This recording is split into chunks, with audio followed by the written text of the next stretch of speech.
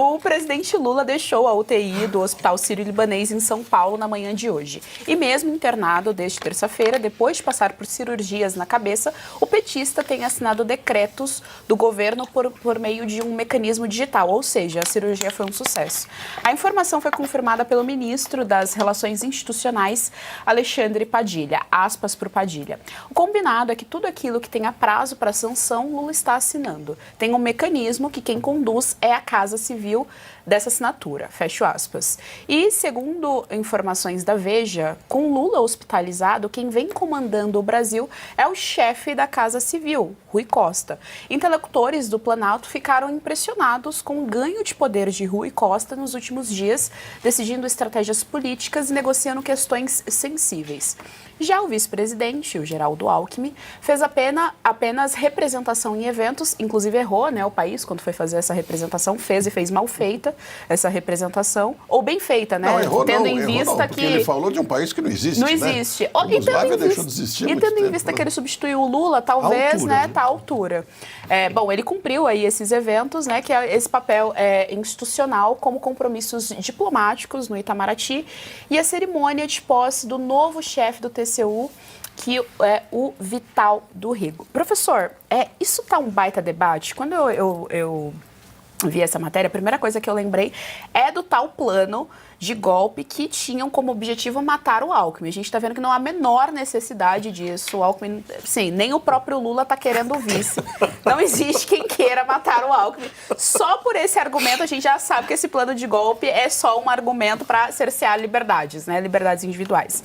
Esse é um ponto. Mas aí, diante, né, desse cenário todo, tem a discussão sobre a vacância, né? Uma vez que o Lula está internado, e aí você tem alguns artigos da Constituição, que são os artigos 79, 80 e 81, que eles vão falar justamente sobre essa vacância, né? Como o Lula está internado, quem é que assume? E o que a gente está vendo, professor, é que o Geraldo Alckmin não tomou a frente, a gente não tem garantia de como funciona esse processo das sanções, já que é um meio eletrônico, a gente não sabe como é que está funcionando isso, a gente sequer sabe o real estado de saúde do Lula, né? Uma vez que todo mundo ficou meio apreensivo ontem, depois da notícia de surpresa de que ele passaria por um novo procedimento cirúrgico, e de noite ele passou por um terceiro ainda procedimento cirúrgico. Então tem todo esse debate e, enquanto isso, o Rui Costa está à frente e a gente ainda precisa colocar nessa equação, para a coisa ficar mais gostosa ainda, os orçamentos, né? A gente tem 2 orçamentos para serem aprovados, a gente tem a Lei de Diretrizes Orçamentárias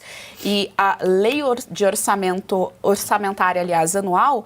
E eu fiquei impressionada quando eu estava fazendo a pauta, porque a gente só tem até o dia 20 para fazer essas aprovações. Ou seja, contando de hoje, professor, nós temos uma semana para decidir aí sobre esses orçamentos, fora toda essa bagunça fiscal do país. Geise, eu não vou avançar muito, mas alguns pontos são interessantes. Primeiro, a bagunça está estabelecida, isso é claro. Ninguém sabe o que está acontecendo com o Lula, se ele realmente está em condições ou não, mas o que fica bem evidente. Uma coisa deixou claro para todos. Começou a assumir o papel de chefe de governo aquele que nesse modelo, nesse sistema político, deveria ter esse cargo, que é o chefe da Casa Civil. O papel do chefe da Casa Civil é o indivíduo que administra os projetos dos demais ministérios, razão pela qual sempre se disse que o chefe da Casa Civil deveria ser considerado uma espécie de primeiro-ministro de um governo. Tá? E alguém que exerceu isso com muita proficiência, e basta ver a desgraça que aconteceu no Brasil, foi o Zé Dirceu. Tanto que o Zé Dirceu dizia, neste governo, que é o meu governo, quando ele era chefe da Casa Civil. Primeira coisa, foi para o Rui Costa. Aí fica a dúvida. Qual é, então, o papel do Alckmin? Porque de ministro da Indústria a gente vê que ele praticamente só participa de uma ou outra reunião.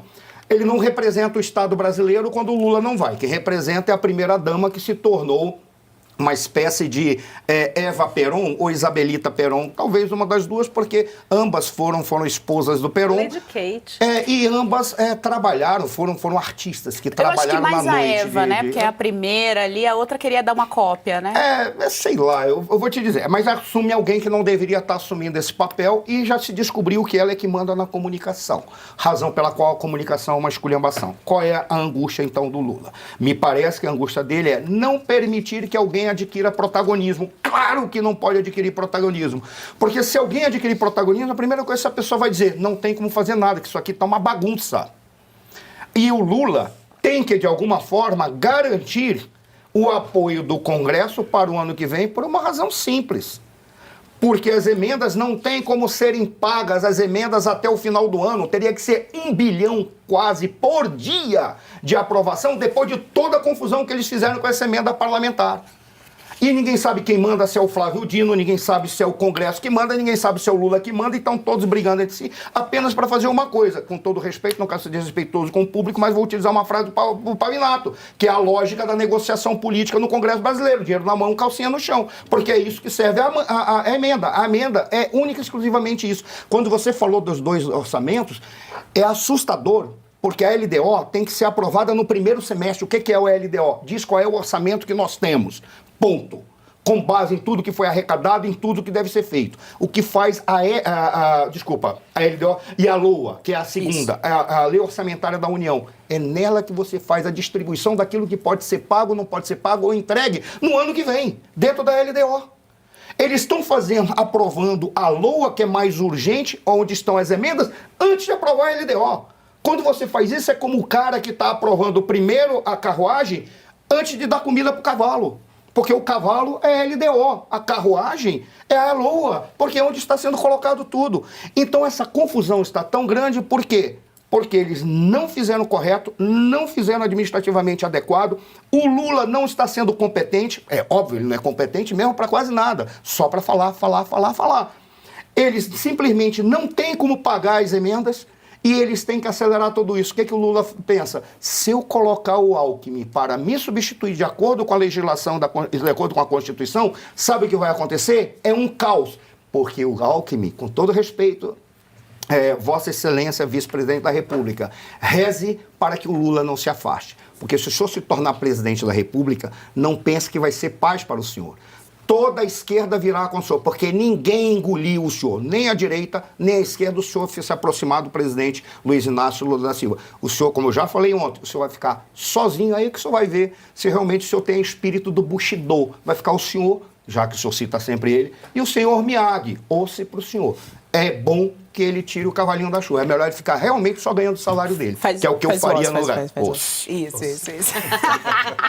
Olha, deixa eu só passar uma informação aqui para nossa audiência. O Lula, ele acabou de postar na rede social esse vídeo aí, ele caminhando no hospital, né, nos corredores do hospital. Ele acabou de postar isso na sua conta oficial no Instagram. Inclusive, ele posta em collab com a Janja, portanto, o vídeo aparece tanto na rede social oficial do Lula quanto na rede social da Janja. E aí ele agradece, né? Ele fala que agradece por cada oração e palavras de conforto que recebeu nos últimos dias. E fala o seguinte: Janjinha me repassou todos os recados. Então a Jandinha repassou para ele, mas o que me chamou a atenção é o final do texto, abro aspas para o Lula. 2025 está chegando e temos muitos encontros pelo Brasil e pelo mundo. Então quer dizer, fecho aspas, então quer dizer, o Lula mal voltou e já está pensando em viajar. Ele mal acordou e já está aí planejando aí esses encontros para o ano que vem, doutor Cláudio. Pois é, Geisiane. Eu vou começar pelo artigo 79, tá?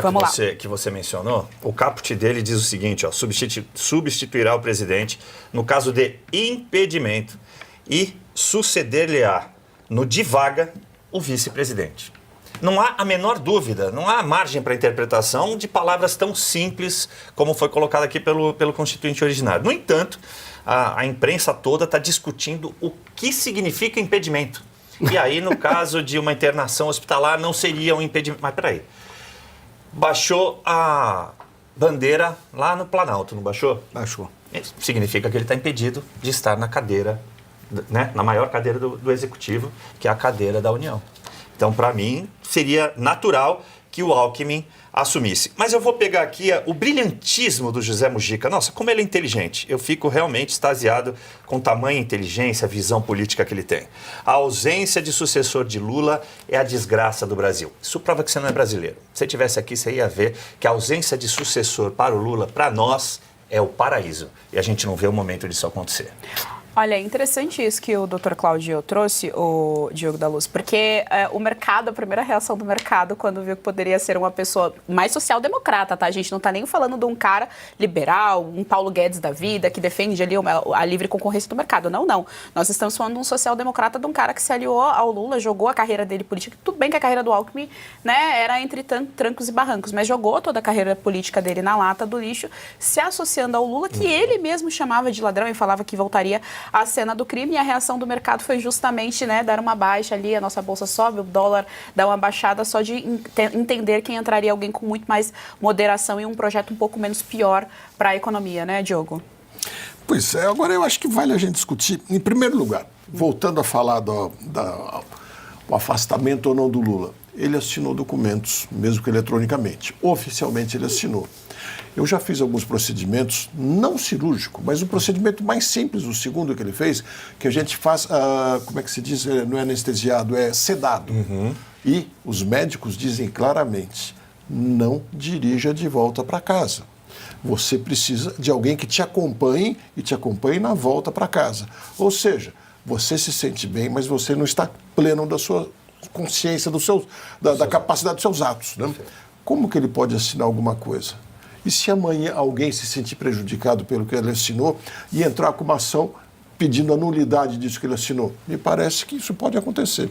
E mais, se ele tivesse ficado incapacitado por alguma razão, isso acontece às vezes numa cirurgia pequena, já aconteceu, gente que vai fazer uma colonoscopia, que é uma coisa relativamente simples, e de repente fica semanas no hospital preso, incapacitado. Como é que ficaria o Brasil? Era lógico que ele tinha que, por segurança, ter passado para o vice, para depois voltar e assumir de novo.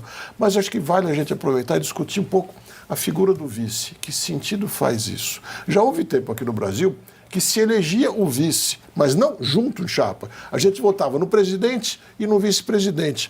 Ou a gente volta a fazer isso, que aí eu acho que tem algum sentido, porque pelo menos é o povo que está escolhendo, porque senão o vice é uma figura que o povo não escolheu. Essa é a realidade. Não tem como o povo escolher um vice que ele não goste, porque ele vai junto com o presidente. Do jeito que está, vice para mim não faz o menor sentido.